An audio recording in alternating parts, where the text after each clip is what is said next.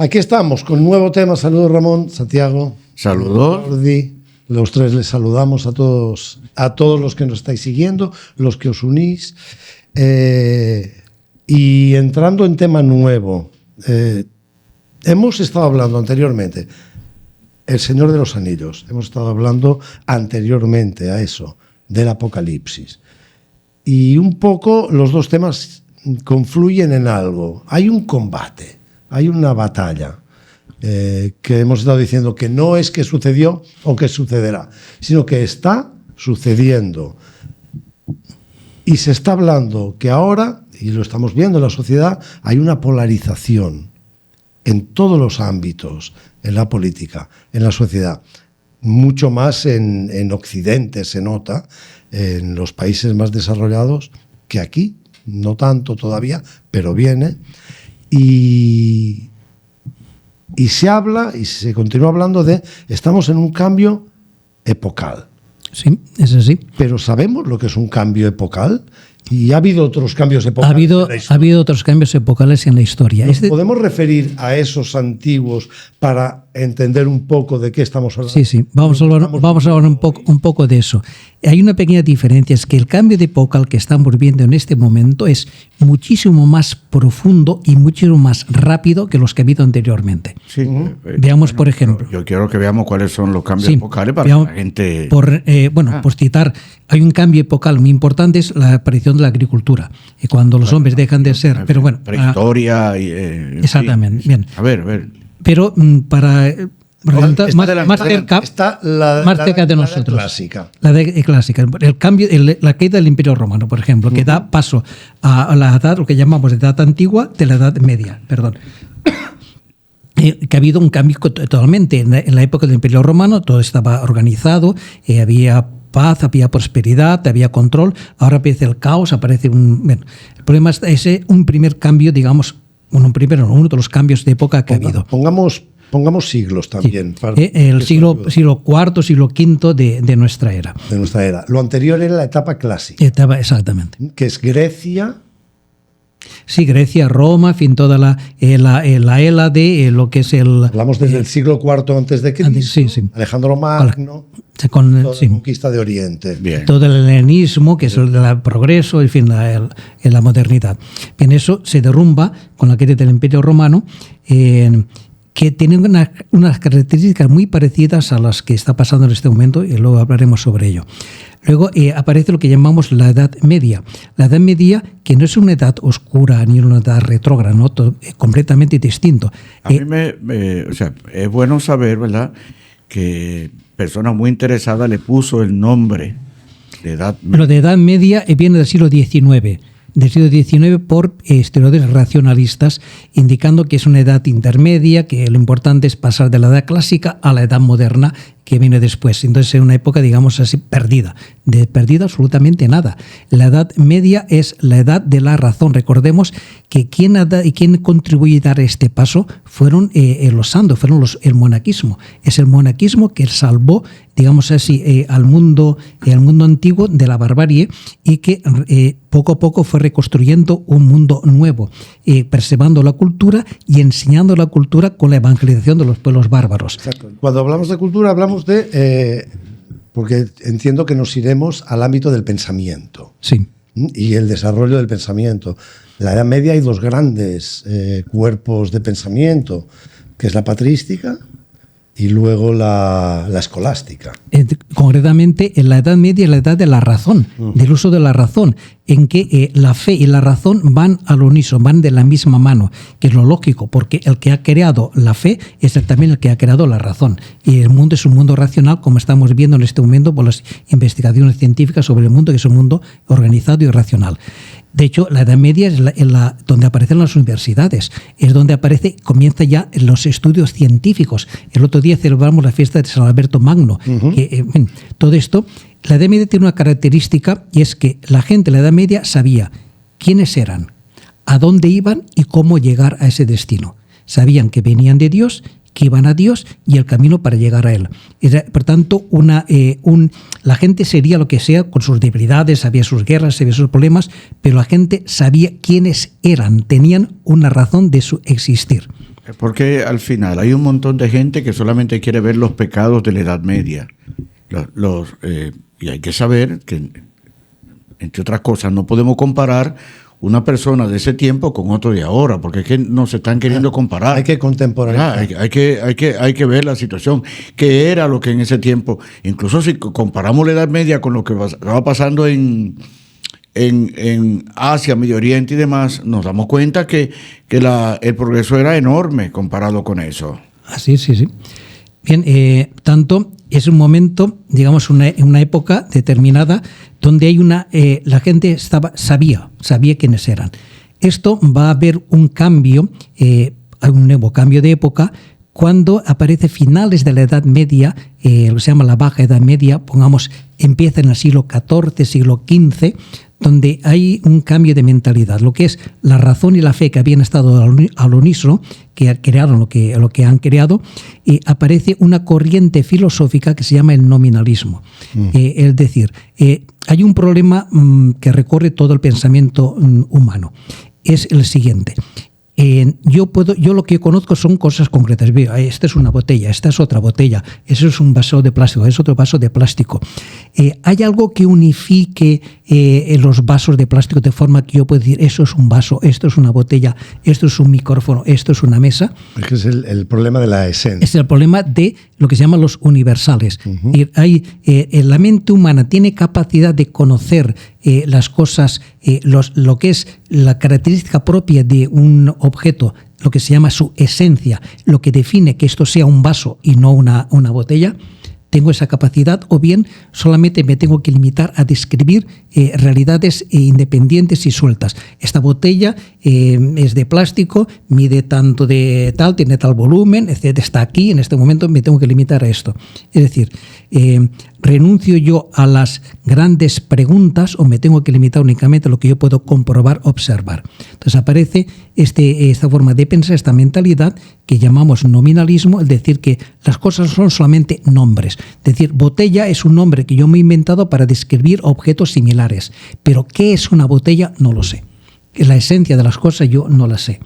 Y no puedo llegar a conocerla. Y no puedo llegar a conocerla. No hay un modo en que yo pueda conocer la esencia, el ser. Sí, hay, digamos, tres corrientes fundadas en este sentido. Una sería la corriente platónica, que decía que existe el mundo de las ideas, son absolutas. Otra que es el relativismo, dice no existen las cosas universales, solamente existen realidades concretas. Y existe lo que se llama el pensamiento aristotélico, que dice, sí, ciertamente, solamente existen reales seres individuales, pero la mente humana tiene capacidad para entresacar de las diferentes características de aquello que es común, aquello que es esencial para todas estas realidades. Por ejemplo, una botella puede ser de plástico o puede ser de vidrio o puede ser de cartón. Pero, ¿qué es aquello que determina que esto es una botella y no sea un vaso? Hay unas características propias, de forma que cuando yo veo una botella digo, esto es una botella. Entonces, ¿tiene la mente esa capacidad? Sí, es la capacidad de poder conocer las esencias de las cosas, conocer los universales. A través del fenómeno yo puedo llegar a conocer la realidad en sí. Fenómeno, o sea, lo que yo veo es lo que aparece. En griego se llama fenómeno, lo que me aparece. Pero a través de esto yo puedo llegar a entender lo que hay detrás de todo eso, es su esencia, su noumeno. Bien, por tanto, esta corriente va a dar lugar a que, además, esta corriente es, digamos, voluntarista. Dirá, por ejemplo, Dios es absoluto. Para intentar salvar la trascendencia de Dios, lo pongo tan alto que Dios es aquel que puede hacer, es todopoderoso, por tanto no puede tener ningún límite. Por tanto, en el pensamiento racional decía, Dios lo puede todo, sí, pero Dios actúa según su naturaleza. O sea, Dios no puede ir en contra de sí mismo. Si Dios es bondad, Dios no puede hacer el mal. En cambio, esta corriente dirá, Dios es absolutamente independiente y todopoderoso, puede hacer lo que le dé la gana. Tanto si Dios dijera, por ejemplo, que mentir está bien, entonces estaría bien el mentir. Eso es lo que se llama el voluntarismo. Uh-huh. Y es una forma de entender, separar. Y entonces aquí estamos separando la fe de la razón. Entonces, eso llegarán a decir, hay una doble verdad. Una verdad a la que yo llego con mi razón y otra verdad la que Dios me revela con la fe.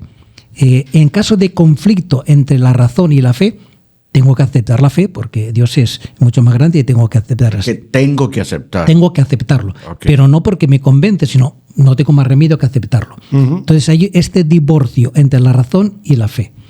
Y eso va a ser fatal para el pensamiento humano.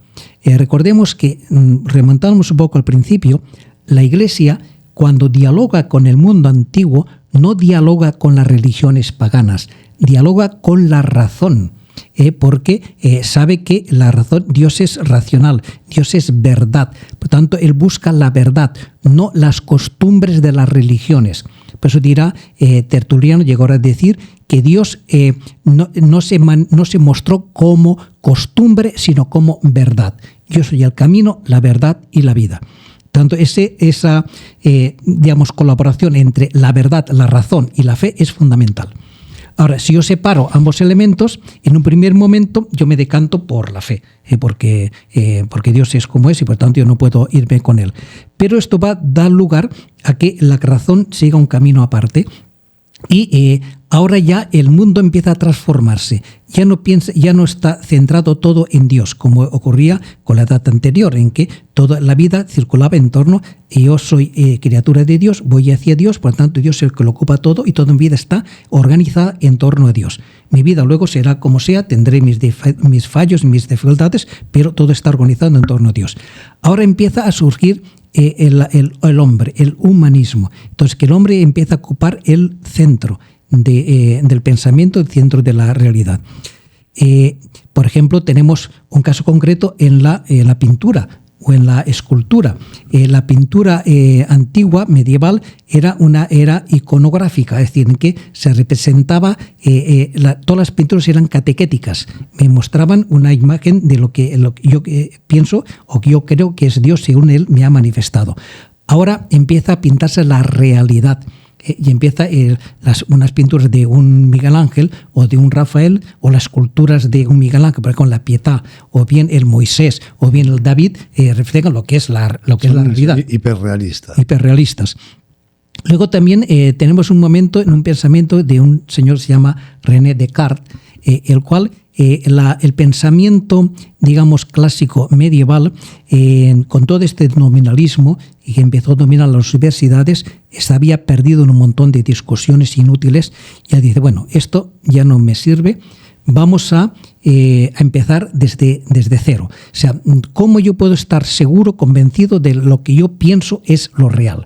Es decir, tengo que partir de una base que sea absolutamente clara, definida. Y por tanto, a partir de ahí empezaré a montar las cosas. Y dice, bueno, vamos a ver, yo estoy pensando.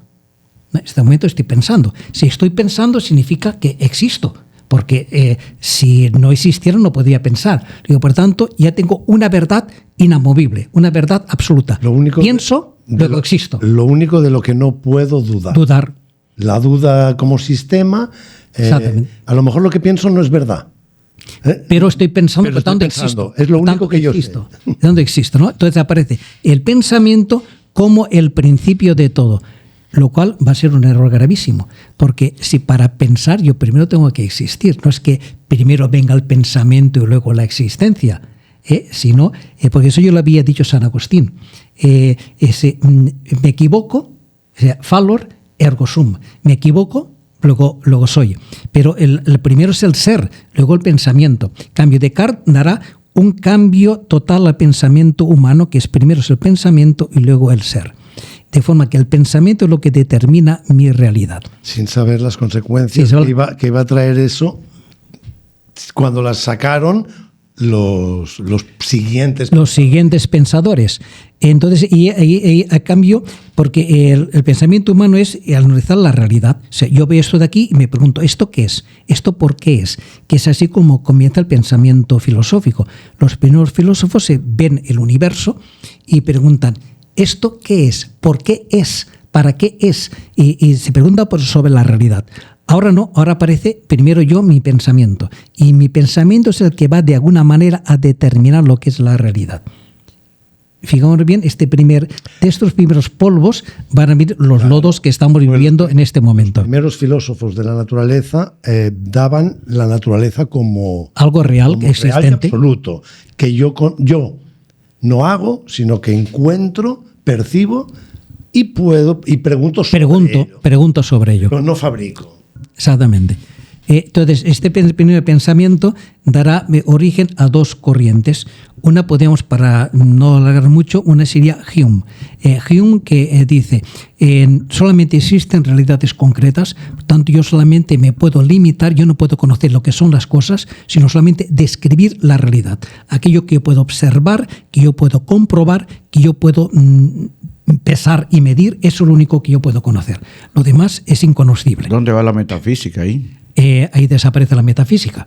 En cambio tenemos un gran pensador. Metafísica es que va más allá de la física, además que yo puedo comprobar. De lo que podemos comprobar, claro. Lo que podemos tener. Entonces, en este momento el hombre empieza a regirse por su razón. O sea, la fe la deja un poco al margen, entonces es la razón la que tiene que determinar mi forma de pensar. Pero es una razón mutilada. Sí, eso tiene consecuencias sumamente fuertes. Claro. De ahí es que hay un montón de gente que dice que lo que distingue al hombre de los animales, es la razón, es que el hombre puede pensar.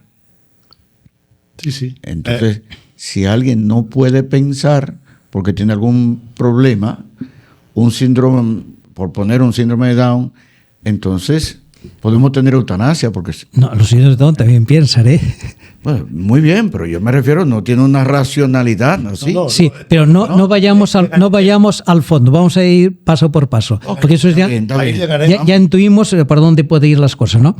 Hay otro dato también muy importante. Ha dicho que había dos corrientes, está Hume. Sí, Hume. ¿Quién más? Luego, está Locke. Luego está Locke. Bueno, Locke también va por esta corriente, aunque un poco más moderado. Sí. Pero está lo que es, luego veremos con Hegel, cómo llegará a darle la vuelta, pero no adelantemos cosas. Hay otro dato muy importante, que es en esta época se produce la falsa reforma protestante, en la que se hay un cambio de paradigma en el que se rechaza aquello que yo no puedo, que no entiendo, eso no lo acepto, no lo rechazo. Entonces ahí, por ejemplo, Lutero eliminará prácticamente todos los sacramentos excepto el bautismo. La reforma protestante ha influido también en algo muy importante, es que al eliminar, digamos así, la sacramentalidad de la Iglesia, porque el matrimonio no es un sacramento, es simplemente un contrato entre dos personas, y como un contrato, igual que se firma, se puede desfirmar, digamos de una manera. O sea, aparece una serie de elementos que va a ir minando un poco la comprensión que había medieval de la vida. Le ocurre otro fenómeno muy importante, que es la separación, concretamente en Europa, entre católicos y protestantes.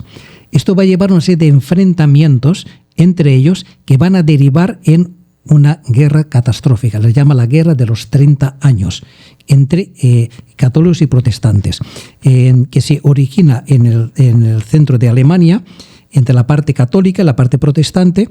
Luego a esta lucha tiene 4 fases. Se unirá Dinamarca ayudando a los príncipes protestantes. Luego se unirá Suecia con Carlos Gustavo de Suecia.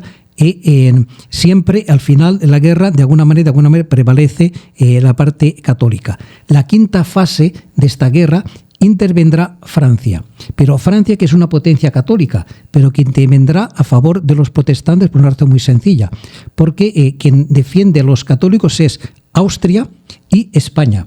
Y Francia se encuentra entre Austria y España. Por tanto, no quiere verse, digamos así, de alguna forma copada. Entonces, ayudará a los protestantes para prevalecer políticamente. O sea, los intereses políticos predominan sobre los intereses de la verdad, digamos, o los intereses religiosos. Pero eso va a llevar a consecuencia una cosa muy importante. Esta guerra fue catastrófica.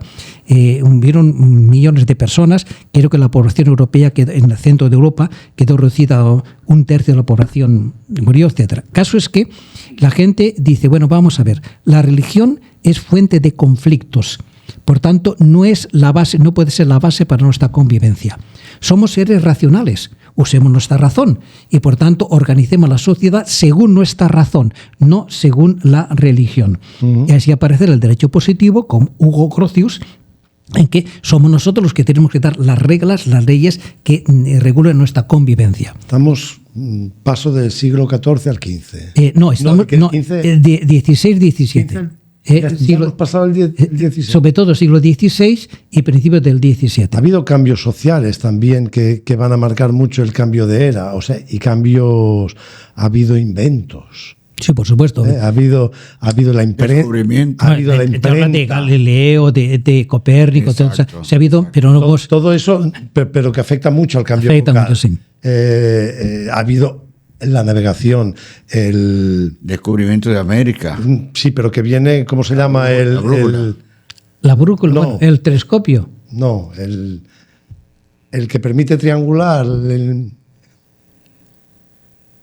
Bueno, No me viene el nombre. Bueno, hay un invento que permite triangular estrellas, tierra y tal, y calcular. Bueno, sí, eso lo hace Kepler. navegación- Eso lo hace Kepler. Kepler es el que descubre. Yo sé que no el GPS, mi total. No, no. Es Kepler es un astrónomo. Es un astrónomo que. astrolabio.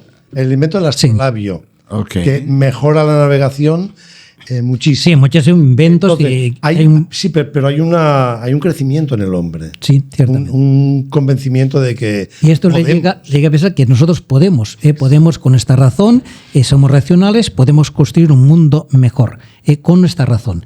Por tanto, la fe lo relegamos al ámbito personal, particular, privado, y vamos a reírnos por la razón. Ya lo que se escribe ya no depende de los monjes solo, No, porque hay imprenta. exactamente. Ahora Ya la escritura la podemos manejar nosotros. ya no hay que está escribir a mano. No está controlada por los monasterios. Bien, toda esta corriente nos llevará, por poner un punto de inflexión, a la aparición el año 1717 en Londres, la aparición de la masonería. ¿Qué es la masonería? Es decir, el mundo, muy bien, Dios, ellos admiten en un principio, luego veremos que no, admiten la existencia de un Dios creador, pero Dios crea el universo y lo deja en nuestras manos. Ahora somos nosotros los que tenemos que organizar y arreglar el universo según nuestro concepto, según nuestra razón. Y nosotros tenemos que hacer un mundo más racional, un mundo más perfecto, porque el mundo está dejado, digamos, perdón la expresión, de la mano de Dios. Entonces tenemos que hacer nosotros a nuestra manera. Entonces la masonería intentará buscar, partiendo de elementos cristianos como es la solidaridad, la protección del hombre, los derechos humanos, etcétera, pero quitándoles la etiqueta de cristianos. Entonces les quita el fundamento, les quita la base. Y con eso que intentarán construir un mundo mejor. Aparecerá la Ilustración, sobre todo en el siglo XVIII, la Ilustración que intentará buscar la razón para solucionar los problemas humanos. Esto nos lleva a lo que habíamos dejado antes del pensamiento. Eso de la masonería sería también para dedicarle un día un capítulo, episodio sobre la masonería. Y echar un poco hacia atrás, a principios de hablar del gnosticismo. Bueno, el gnosticismo es la herejía perenne de la Iglesia. Exacto. El gnosticismo es simplemente decir que yo es con mi conocimiento el que consigo la salvación. Yo tengo que organizar mi vida según mi conocimiento. Esta herejía ya se inicia en el principio al comienzo de la... Bueno, es anterior a la era cristiana, porque el fundamental es el conocimiento griego, que es a través del conocimiento, el sabio conoce, y por tanto aquel que conoce obra el bien. Es el primer sincretismo que aparece en la doctrina cristiana, meter las comunidades gnósticas dentro de las pero viendo un poco, ya que hablas de esto, es importante ver el gnosticismo. Es decir, yo con el conocimiento, por ejemplo, los sabios griegos dicen, Platón, por ejemplo, el mismo Séneca, el hombre si conoce la verdad, actuará según la verdad, porque no hay nada tan estúpido que vaya en contra de la verdad que conoce. Pero esto queda desmentido por la práctica, que es lo que denunciará San Pablo. Dice, yo conozco el bien, lo conozco. Sin embargo, a pesar de conocer el bien, hago el mal. ¿Qué pasa? Que tengo que este ser que me lleva a la muerte, porque el mundo gnóstico olvida un detalle fundamental, que es el pecado original. Que el hombre ha abandonado a Dios y está dañado por el demonio, por tanto no sabe, conoce, pero no tiene la capacidad, la fuerza para poder hacer el bien. Por eso hace falta, necesita una redención, necesita una sanación, necesita una curación. El mundo griego, eso lo conoce muy bien, conoce la razón, pero no conoce el pecado original, la debilidad que lleva el hombre. Y es el fallo del gnosticismo, de pensar que yo con mi conocimiento puedo alcanzar la salvación. Claro, entonces Cristo no hace falta. Si yo con mi conocimiento puedo alcanzar la salvación, ¿para qué necesito Cristo? ¿Para qué Él ha muerto por mí? ¿Para qué Él me ha redimido el pecado? No es necesario. Entonces ya el gnosticismo indica que soy yo el que me salvo, yo el que consigo hacer las cosas bien.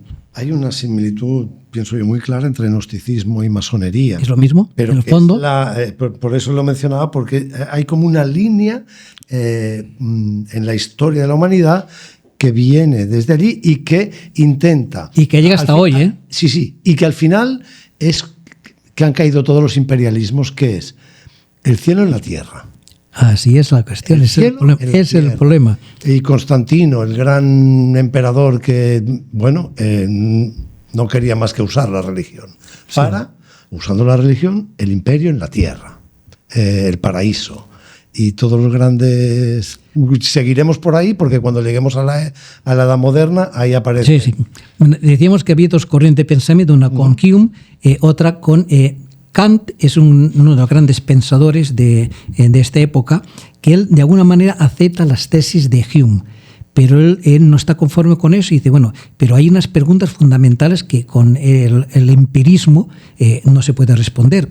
O sea, todo lo que es importante para mí, o sea, yo quién soy, yo por qué existo, existe la vida eterna, existe Dios, ¿para qué sufro? ¿Por qué la muerte? Esas preguntas con el empirismo quedan completamente al margen, porque la razón que usa el hombre es una razón mutilada, una razón que se ha autolimitado a solamente conocer aquello que yo puedo comprobar. Entonces, claro, las grandes preguntas, los grandes problemas humanos quedan fuera de esta razón.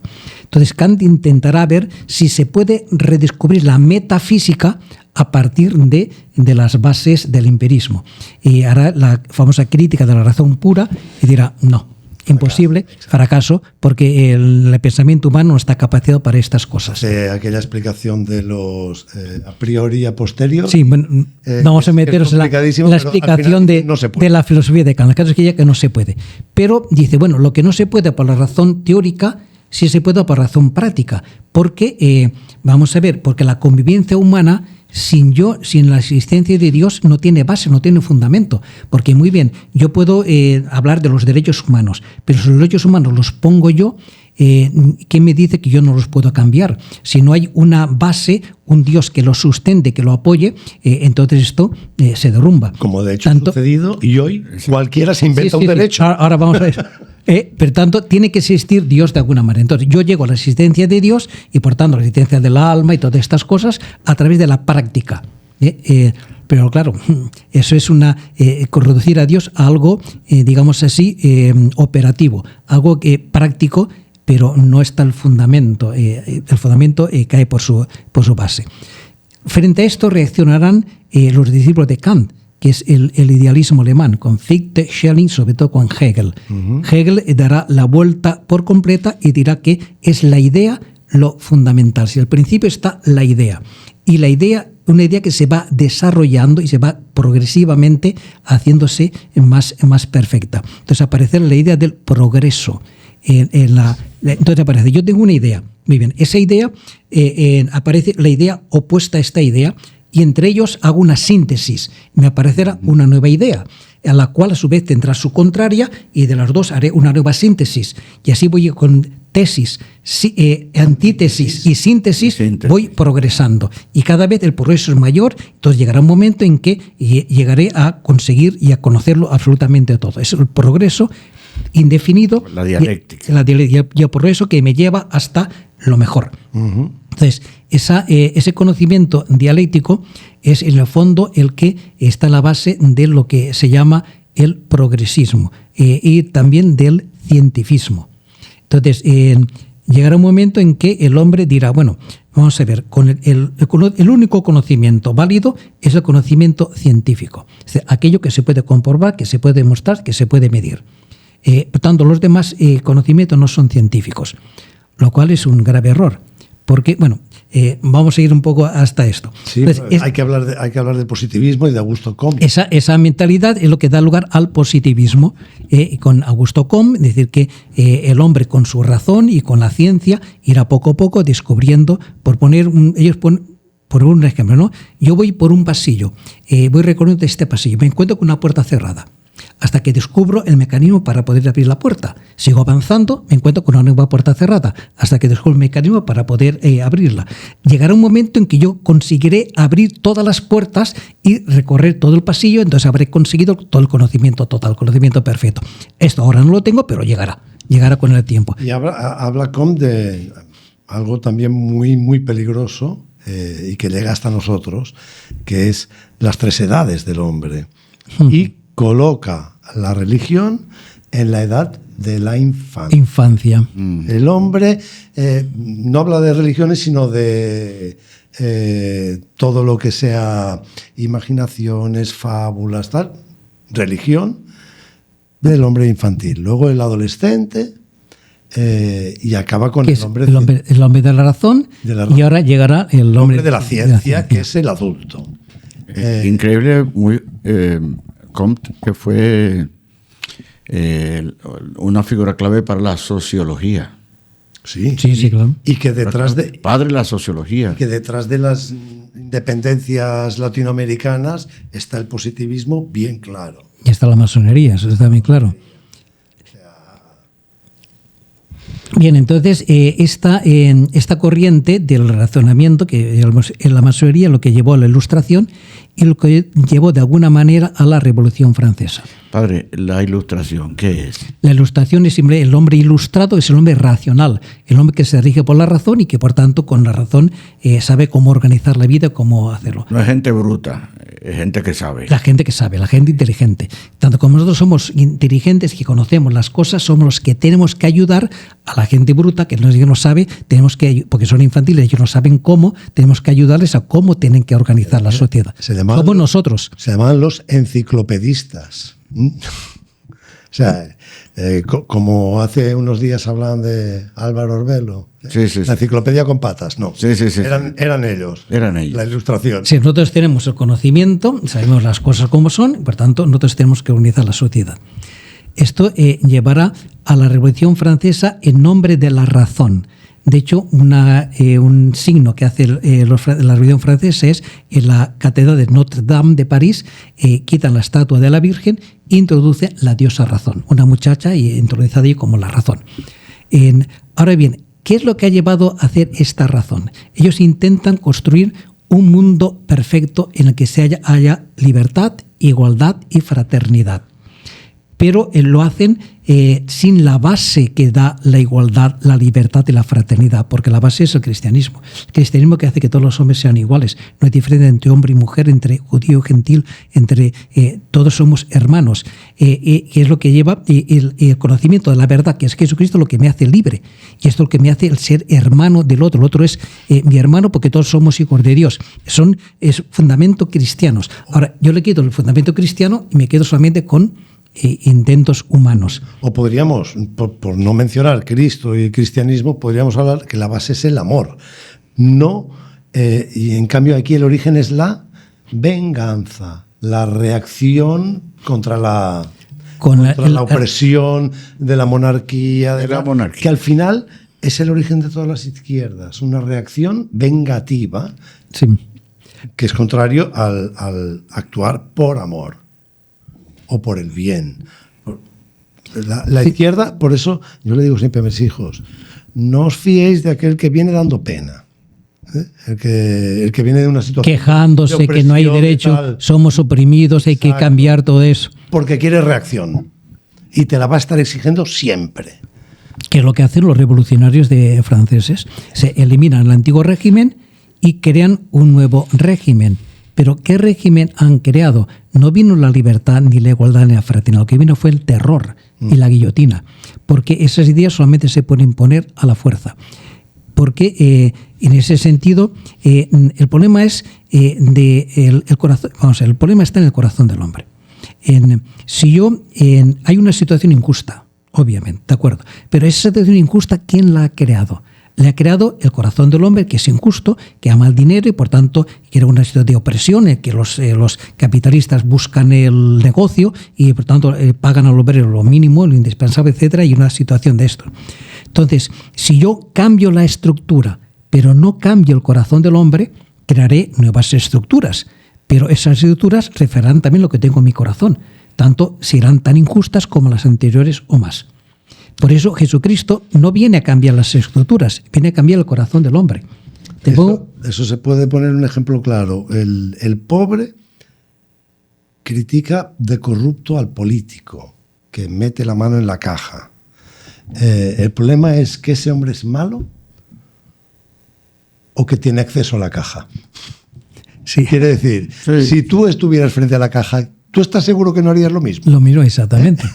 ¿Qué es lo que le dice Jesús a aquel que dice, dile a mi hermano que reparte mi herencia conmigo? Dice, ¿quién me ha hecho un juez entre tú y yo? Dice, tu hermano y tú tenéis el mismo problema. Tu hermano, por amor al dinero, te ha dejado a ti en la calle. Y tú, por amor al dinero, estás dispuesto a denunciar a tu hermano y enviarlo a la cárcel por amor al dinero. Entonces, el problema tenéis lo mismo los dos.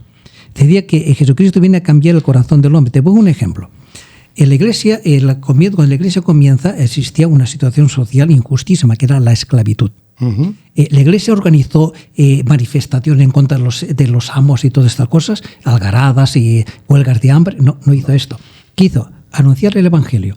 Y anunció el evangelio a todos. Entonces, anuncia el evangelio y aquellos que lo escuchan forman una comunidad cristiana. En esa comunidad cristiana había amos libres y esclavos. Recordemos que en el mundo pagano, en el mundo romano, el 60% de la población eran esclavos.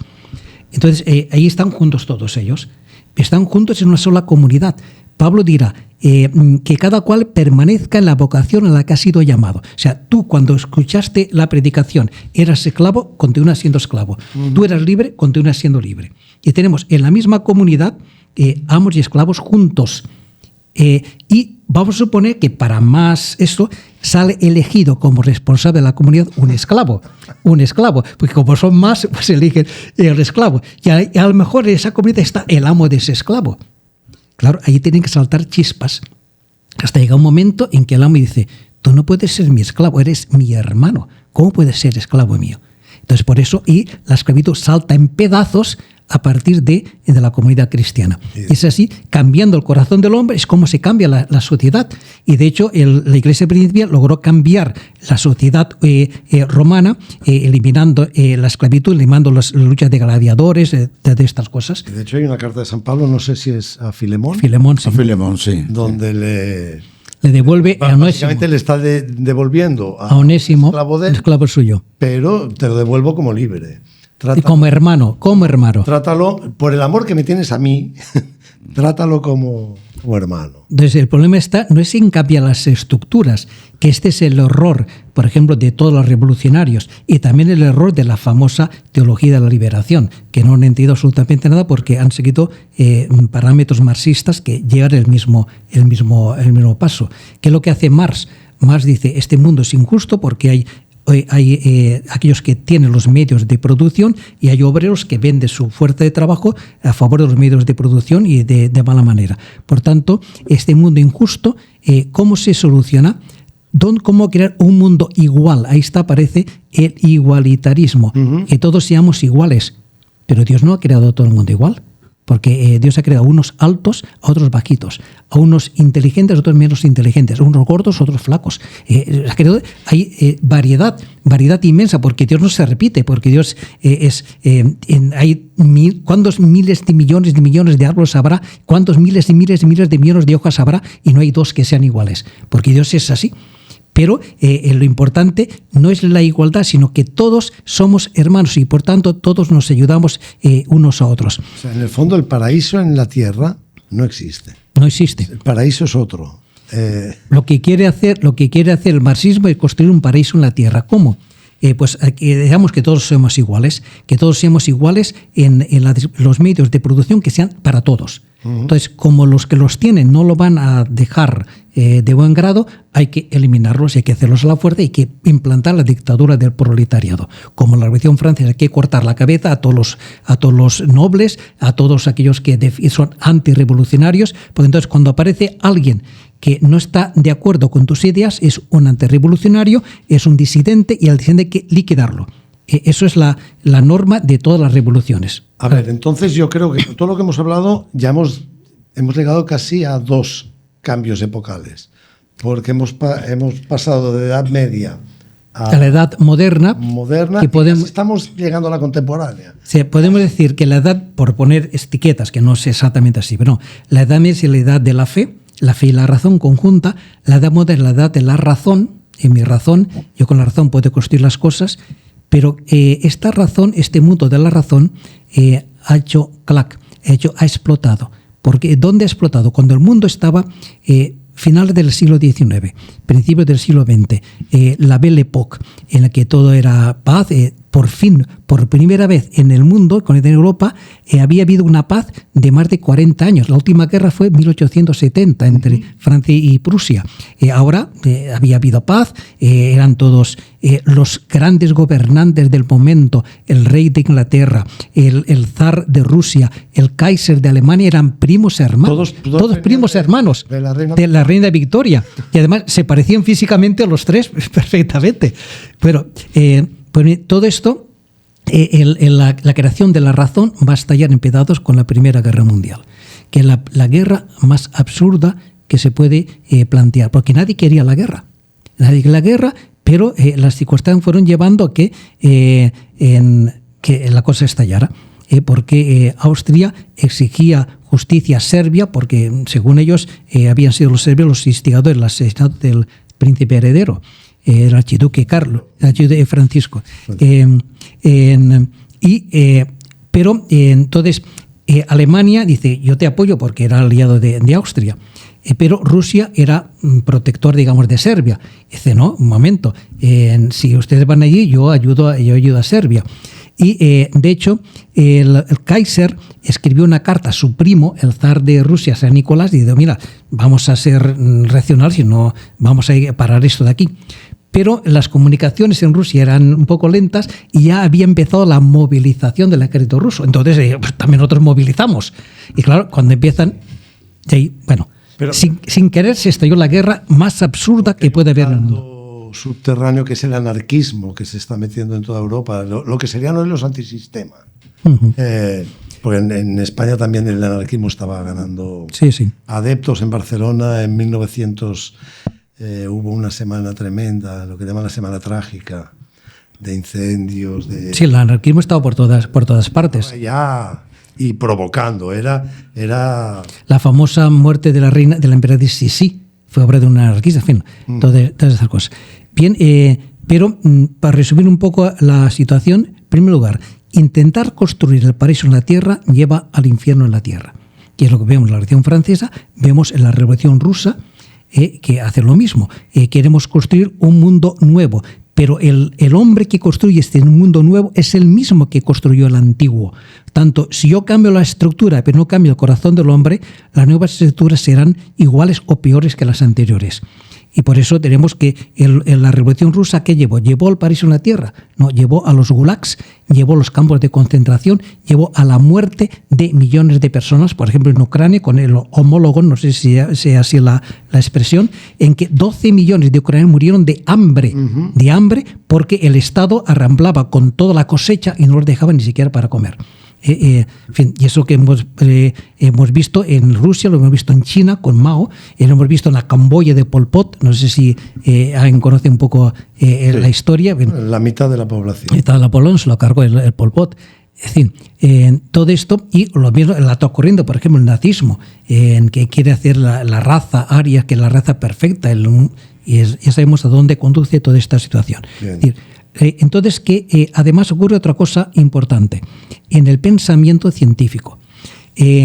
Hasta principios del siglo XX, la gente pensaba, los científicos pensaban que la ciencia lo iba a poder conocer todo. ¿Cómo andamos de tiempo todo esto? Vamos ya pasados, pero yo quiero llegar a un punto donde lo dejemos, que es ha habido este cambio Bueno, porque el cambio del positivismo, las edades están muy marcadas, pero sí, yo quiero llegar vamos a llegar no solo de la ciencia, solamente la técnica. solamente de apuntar.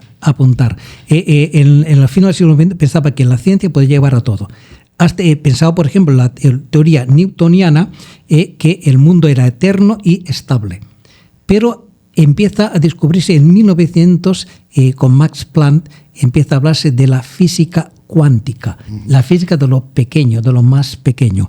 Y luego, en 1905, Einstein saldrá con su teoría de la relatividad especial. Y en 1915, con su teoría de la relatividad general. Y que pone en crisis toda la seguridad del pensamiento científico. Y simplemente apuntamos esto. La ciencia, el pensamiento científico, no conoce la verdad. No puede llegar al conocimiento de la verdad. Puede llegar a conocer cómo son las cosas, pero no sabe qué son, ni por qué son, ni para qué son. De forma que el pensamiento científico se ha dado cuenta de su limitación. O sea, lo único que yo sé con certeza es las matemáticas. Y las matemáticas son una ciencia práctica, es una ciencia que solamente existe en mi mente. Todo lo demás, yo no sé cómo es el mundo. El mundo era como lo pensaba Ptolomeo, plano, fijo y demás. El mundo era como lo pensaba Newton, eterno y estable. El mundo es como describe ahora la teoría del Big Bang, que hablaremos un poco más tarde de esto. Lo dejamos así planteado. Y un poco antes, porque con este pienso que es importante y que lo entenderán, que es muy ilustrativo, hablar de cómo el proceso, cuando se crea la Academia de las Ciencias en Londres, eso va acompañado de todo un modo de pensamiento que hay un punto en que la ciencia pasa a negar la ley natural. Sí. Y pienso que ese punto es importante, porque anteriormente no se había negado la ley natural. No se había negado la pertenencia a una especie, por ejemplo. Uh-huh. Y movimientos como el darwinismo, que pasa a la literatura, y aparece un Tarzán, por ejemplo. Bien, no tenemos tiempo de hablar de todo eso, pero ya iremos progresando. Entiendo que eso es porque el punto de la ley natural es fundamental para... Solamente acabamos con una nota. Es decir, si la edad moderna se mide por el uso de la razón, que es la que domina, ahora la razón ha descubierto que la razón es incapaz de resolver absolutamente nada. Uh-huh. Por tanto, ya abandonamos la fe y nos hemos fiado de la razón. Ahora nos hemos dado cuenta que la razón no me lleva a ninguna solución concreta. Por tanto, el hombre ha empezado a desconfiar de la razón. Entonces, ya no tenemos fe, nos hemos quedado sin razón y estamos ahora asistiendo a un nuevo cambio de época que, por dar una palabra, llamamos postmoderno. Es decir, ya la modernidad de la razón ha saltado de hecho en pedazos. Ahora ya no hay ni fe ni razón. ¿Qué es lo que nos queda? Solamente el deseo, únicamente el capricho, únicamente el relativismo, porque no hay verdad y no hay forma de alcanzar la verdad. Y es lo que estamos viviendo en este momento, en la época postmoderna. Y de eso hablaremos largo y tendido en los próximos episodios. Muy bien. Hay mucha tela que cortar, todavía mucho que hablar, pero esperamos que sea de su interés y que nos comentéis, escribid, porque eso nos ayuda muchísimo.